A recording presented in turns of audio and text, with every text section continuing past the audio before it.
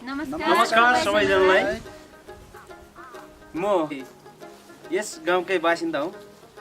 मेरो नाम नौली स्याङ्बो। 5 पोखरी थाङपाल गाउँपालिका वार्ड नम्बर 2।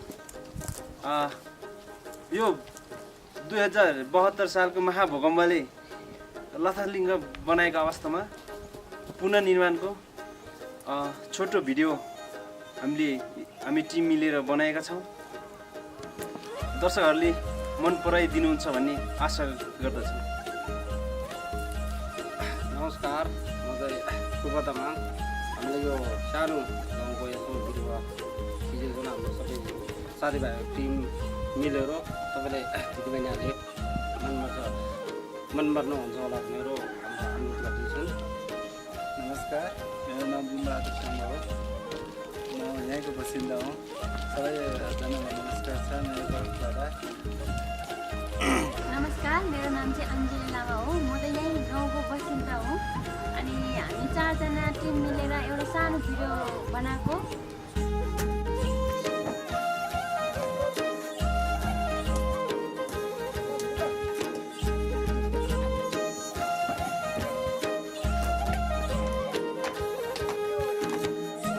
नमस्कार, म चाहिँ बिमबहादुर योन्जन। यस 5 पोखरी थाङपाल गाउँपालिका वडा नम्बर 2 साबित बरुवा वडा नम्बर 3। घर चाहिँ भनौँ अब वैशाख अन्तिममै 2075 मै भयो होला। लगभग मेरो अनुमानमा ढुवानी एन्देन सामान यता ढकर्मी मिस्त्री गर्दाखेरि लगभग 5 लाखको अनुमान चाहिँ गएको छ। यो चाहिँ हामीले भनौँ न टोलमा सापट्टि अथवा आफूले पनि अलिकति खर्च पनि गर्नु, साथीहरूबाट अलि सापट्टि पनि गऱ्यो। पहिले किस्त ल्यायो, त्यो सापट्टिको चुक्तो पनि गऱ्यो। त्यसै गरी अलि दुःख पनि भयो जस्तो लाग्छ मलाई चाहिँ। रकम सबै प्राप्त भइसकेछ। लगभग 2 चोटि जस्तो चाहिँ चेक भयो। डिबिसी हाल्दाखेरि 1 चोटि, अनि कति कोटा हो भनेर 1 चोटि, अनि 1 चोटि चाहिँ छाना लाउँदाखेरि आउनु भएको थियो। हजुर, लगभग 3 चोटि भयो। व्यवस्था चाहिँ हामीले यता सबै पारमा भयो। एक घर बनाउँदाखेरि सबै टोल जाने, अर्को टोलको घर बनाउँदाखेरि हामी सबै त्यहाँ गएर बनाउने तरिका व्यवस्था चाहिँ हामीले गऱ्यो। ढुङ्गा चाहिँ लगभग हामीले यतै पुरा भयो। गिटी हामीले मेलाम्चीबाट ल्याउनु पर्ने पनि भयो। यहाँ पनि अलि कुट्यो हामीले। अनि बलुवा भन्नु पऱ्यो मेलाम्चीबाट, सिमेन्ट मेलाम्चीबाट, रड सबै मेलाम्चीबाट हो। हामीले बाहिर भन्दा चाहिँ छाना, रड, सिमेन्ट, बलुवा, गिटी 1 डिप जस्तो मेलाम्चीबाट ल्यायो। बाँकी यतै प्रयोग गऱ्यो।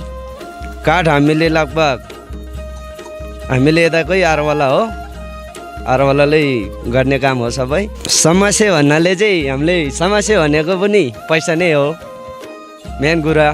सुविधा चाहिँ पहिले यो टाढोभन्दा चाहिँ धेरै सुविधा हो मैले सोच्दा चाहिँ, र पहिलेको घरभन्दा पनि अलिक पक्की नै हो त्यस्तो लाग्छ मलाई चाहिँ। थाप चाहिँ हामीले पहिले सुनेको अनुसार चाहिँ थाप हुन्छ भन्ने चाहिँ सुनेको थियो। त्यसमा चाहिँ अलि थाप भयो भने अलि कुनैले त अब ऋण पनि परेको हुन्छ, त्यसमा पनि कुनैले ऋण दिनु नसकेको पनि हुन्छ। मलाई लाग्छ कि कुनैले चाहिँ अब बनाउनु त हामीले एउटा डन्डा गाडेर बनाएको छौँ, र यो लेन्डर घर बनाउनेहरूले कुनैले त अब आफ्नो जिन्दगी पनि ऋण तिर्नु नसक्ने सम्भव पनि देखिन्छ। तर त्यसमा चाहिँ थप रकम भयो भने उहाँहरूलाई पनि अलि सुविधा हुन्छ कि भन्ने चाहन्छ मलाई चाहिँ। मेरो शुभ नाम सिंहवीर तामाङ। 1 साल जति भयो, 1 साल भयो। यताउता भएर खोजेर ऋण थापेर ऋण गरेर त्यहाँदेखि तलबाट आएको पैसाहरू फेरि तिर्यो। पहिले सुरुमा 50,000 पायो तपाईँ हामीलाई, अनि त्यहाँदेखि पछि खर्च सकेर 1.5 लाख, अनि फेरि लास्टमा 1 लाख गर्दाखेरि टोटल 3 लाख रुपियाँ चाहिँ सरकारबाट पायो तपाईँ हामीलाई सबैलाई। अब त्यति पाउनेको विषयमा चाहिँ फेरि त्यो 3 लाखले पनि पुगेन नि पैसा। 3 लाखले पुग्छ भन्नुहुन्छ सरकारले, कहाँ पुग्छ त्यो 3 लाखले? कमसेकम 4.5 लाख लगभग 5 लाख गइसक्यो। इन्जिनियर पहिले एकचोटि सुरुमा आउनुभयो, उहाँले निक्सना दिनुभयो, अनि त्यहाँदेखि उहाँले नक्सा देखाएपछि त्यहाँदेखि फेरि दोस्रा पन्धनतिर एकचोटि आउनुभयो, अनि लास्टमा मात्रै आउनुभयो नि इन्जिनियर त। अब लेबर मिस्त्री भन्ने चाहिँ कोही यताउता पर्मामै गर्यो, अनि त्यो चुक्ति नभएको चाहिँ फेरि पैसा दियो, दिनको हाजिर। आखिरको कुरा त त्यही हो नि त। अर्को सबै मेलमेटलहरू त सबै मेलाम्ची भएर लिएको हो। अब अर्को भाँगी कारबार चाहिँ यहीँतिर सम्म गरेको त। खोइ त के भन्ने त, समस्या त सबैको समस्या हुन्छ नि कार बनाउँदाखेरि। कुनै ठाउँमा पैसाको समस्या हुन्छ ज्यादा जस्तो। अब कुनै ठाउँमा गाडी नआउने, गाडी बिग्रिने बाटोमा सामान ल्याउँदाखेरि, कुनै ठाउँमा खेतालो नपाउने, कुनै ठाउँमा पैसा नहुने। अब खेतालो भएर फेरि खानेकुराहरू पनि समस्या हुन्छ घरमा। अब ठिक छ, सरकारले नहेरेको होइन, हेर्नु भएको त हो, तर 3 लाख रुपियाँ दिनुभएको सरकारले। 3 लाख रुपियाँ दिनुभएको त एकैचोटि दिनु भएन, दिनु त दिनुभयो, तर त्यो चानाचुनो गरेर दिनुभयो। अनि एकैचोटि यहाँ कमसेकम 50,000 लाख 2 लाखको खर्च हुन्छ। गाडी बिग्रिन्छ, कुनै ठाउँमा आधा रातमा बाटोतिर पनि बस्नु पर्यो, सामान गुरेर बस्नु पर्यो, सामान रुँगेर बस्नु पर्यो। अब खेतालो नपाउने, हाम्रो गाउँघरमा पाउने त यहाँ त सिर्फ ठुङ्गर हो, यो कारबार मात्रै हो। कारबार पनि कोही त काठमाडौँबाट लिएको हो, इटा काठमाडौँबाट लिएको, रड चस्तादेखि लिएर यहाँ फेरि कर्मी नपाउने, घर सकेर घर छाउनेलाई कार्पेन्टर नपाउने। अब त्यसको समस्या पनि भइरहेको छ। अब त्यस्तो दुःखहरू कसलाई बताउने? अब यो घर नबनाउने भन्दा पहिले चाहिँ करारतिर कहीँ कोरतिर थियो। घर बनाइसकेपछि चाहिँ अलिकति सुविस्ताको लक्ष्यमा आयो, हावाहुरीको डर लाग्नु परेन, अनि यो पानी पुनीको डर लाग्नु परेन। मेरो नाम सुन लामा, तर किनभने अब छोराले बेइमान गर्यो मलाई, ऊ काठमाडौँ गएर बसिदियो। यहाँ मेरो बल छैन है। एकतर्फ म बिरामी छ, बाटाबुढी दुईजना, ऊ लाठी टेकेर बसिरहेको छ। अहिले पो मर्छ कि भारी पो मर्छ जस्तो छ। के गर्नु हजुर, मैले यो घर बनाउनु त मैले सक्ने र नसक्नेको निश्चित छैन। निश्चित छैन कसरी बनाउँछु भन्ने त मन त छ नि, मन भएर के गर्नु, मेरो बलले सकेन, ताकतले सकेन। ऊ काठबाट त मैले पुरा निकालेर राखेको छ। रोडा ल्यायो, बलुवा ल्यायो, रोडा बलुवा सबै ल्याइसक्यो। अब सिमेन्ट ल्याउनु पर्ने मात्रै, सिमेन्ट ल्याउने र जस्ता पत्ता ल्याउनु पर्ने मात्रै बाँकी छ मेरो। अर्को मैले घर बनाउँछु भन्नु पनि सकेन, बनाउँदैन पनि भन्नु मैले सकिनँ हजुर। पहिलाचोटि 50,000, पछि 1.5 लाख पायो। 2 किस्तीमा अब 2टै किस्तीको मैले सफलता गरेर पायो। चेक गर्न आउनु भएको छ। अनि त्यहाँदेखि मैले यो घरेडी मैदान गऱ्यो, अनि त्यहाँदेखि त यो डिबिसी हाल्यो।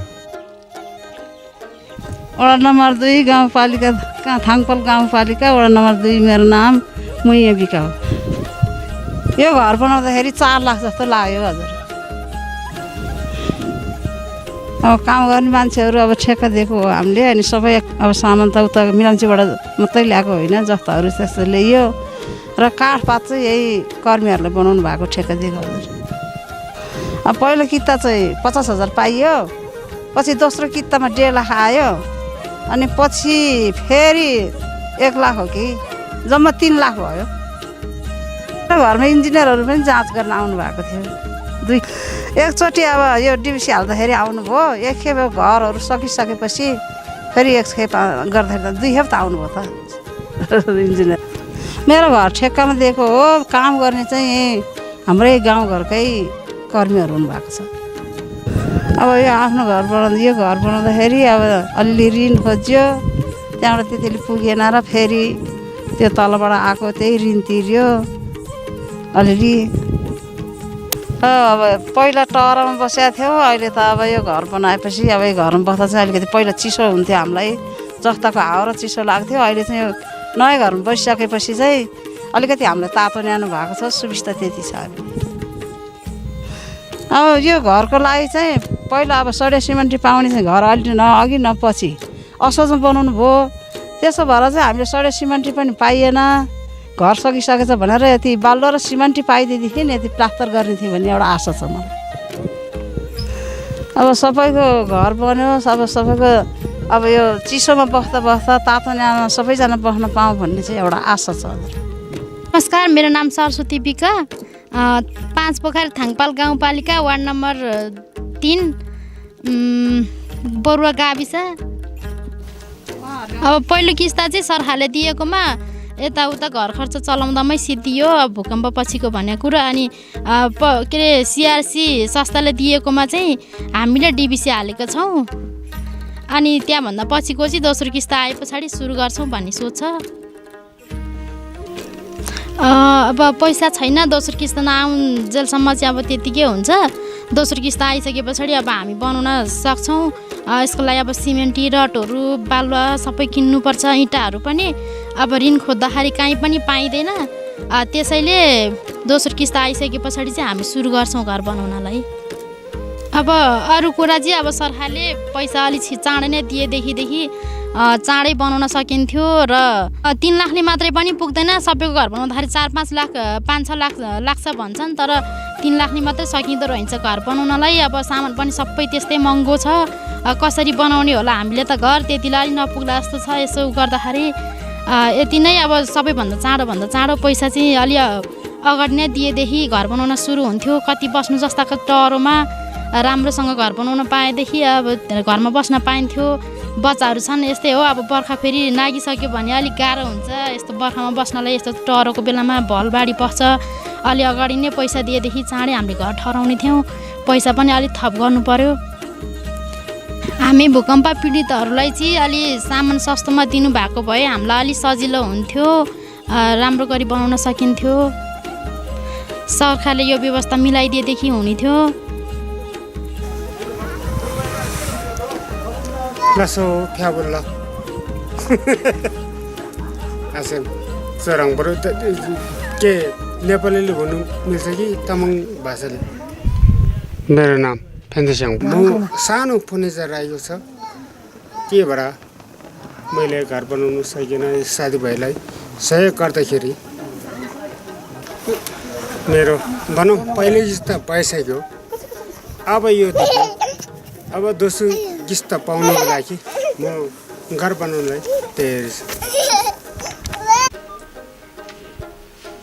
नमस्कार, मेरो नाम निशा स्याङ्बो हो, बरुवा बोलगाउँ वार्ड नम्बर 4। घर बनाइसकेको छैन मैले। घर बनाउने योजनामा मैले गिटी कुटेर राखेको छ। अहिले अब 1-2 महिनापछि बनाउने सुरु गर्नुपर्छ। मैले सरकारबाट पाउने किस्ता 50,000 पाएको छु। पैसा नभएको कारणले घर बनाउन सकेको छैन। अहिले अब बिस्तारै ज्याला मजुरी गरेर घर बनाउन सक्छु भन्ने हिम्मत चाहिँ छ। हामीलाई सरकारले 3 लाख दिन्छु भन्ने त भन्नुभएको थियो। अब 5 लाख दिनुभयो भने चाहिँ हामीले घर बनाउन सक्थ्यो कि अलिकति ऋणमा पनि नबस्थ्यो कि जस्तो धारणा छ।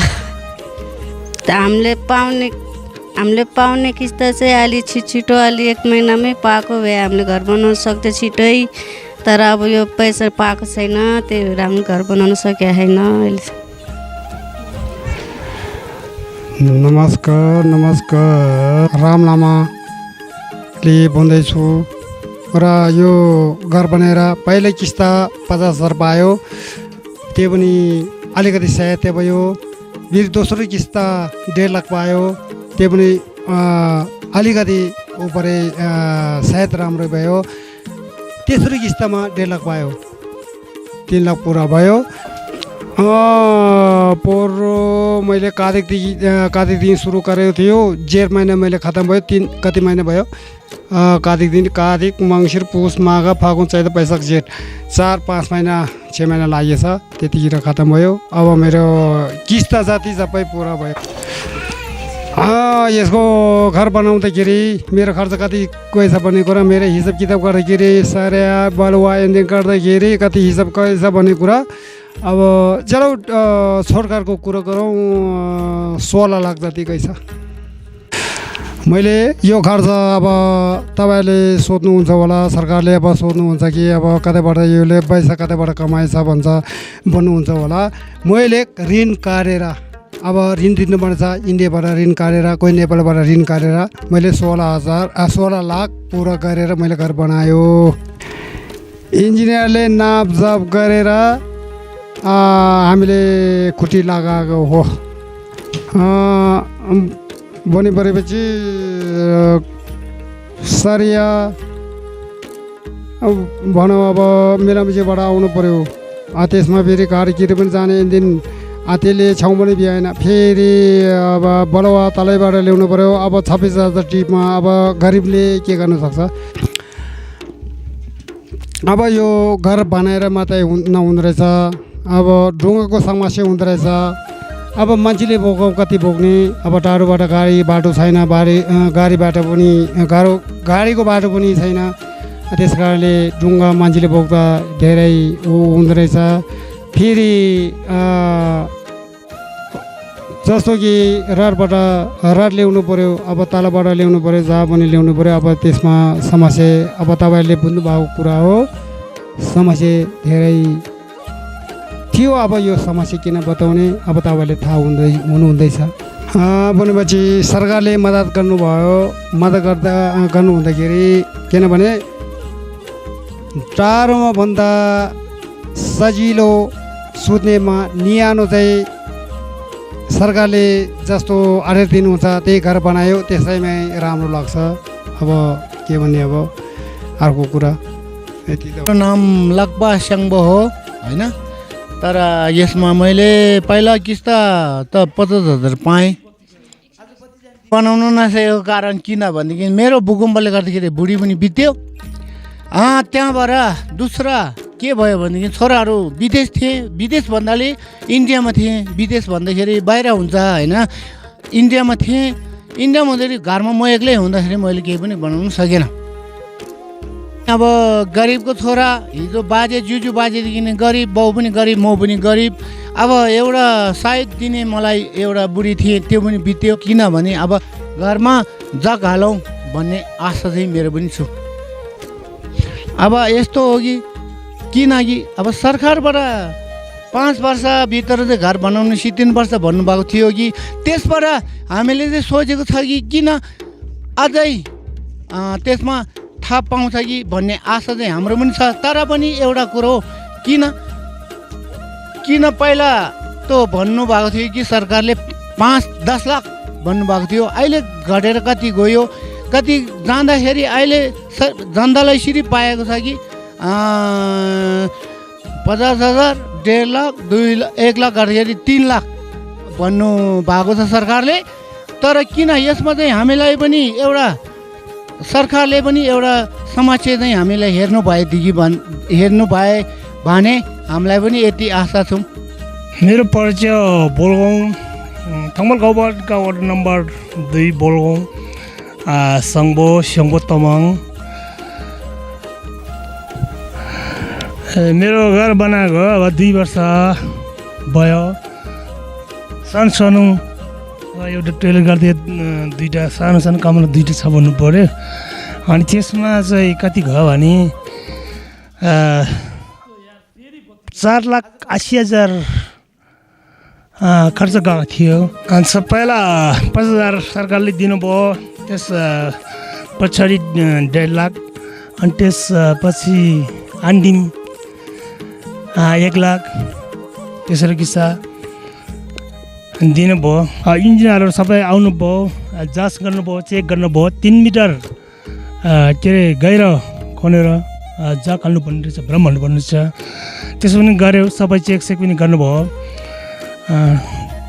अनि त्यसमाथि बन्धन सन्धन हाल्नुदाखेरि नि सबै इन्जिनियर पनि आउनुभयो।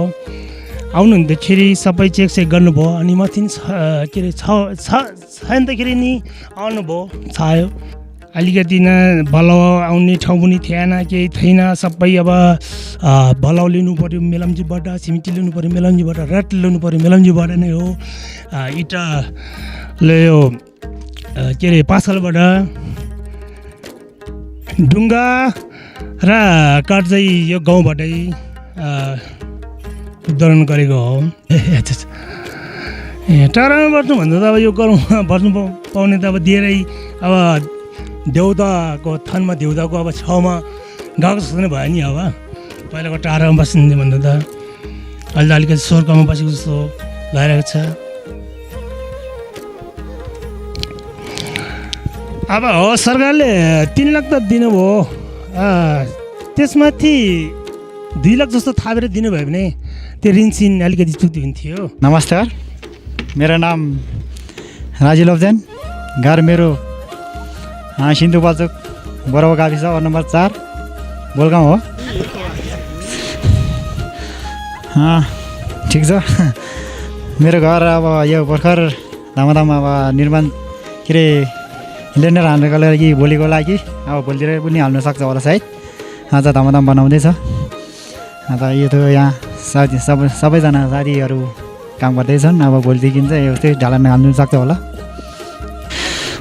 हजुर, अब यो घर त खै अहिले त अब झनै अहिले लेन्डर नसिद्धियो भने नसिद्धेको अगाडि पनि अब 20-25 त झनै ज्यादा पनि त्योभन्दा उपर चाहिँ गएको छैन, अलि कमी गएको छ। यो अब लेन्डर सिधेसम्म चाहिँ अब 20-25 पनि पुग्छ कि के भयो त थाहा छैन। यो अब सराई सिमेन्ट त अब मेलम्चीबाटै भनौँ, अब तलैबाट ल्याउनुपर्छ। अब यो हाम्रो कारचटी चाहिँ सबै यतै हाम्रो बारेमा चिरेको। अब झन्नै यो काठ गर्दाखेरि पनि काट्नै चिर्दा गर्दै झन्नै 5-6जना के अरे 10-12जना गइरहेको छ। पहिलाको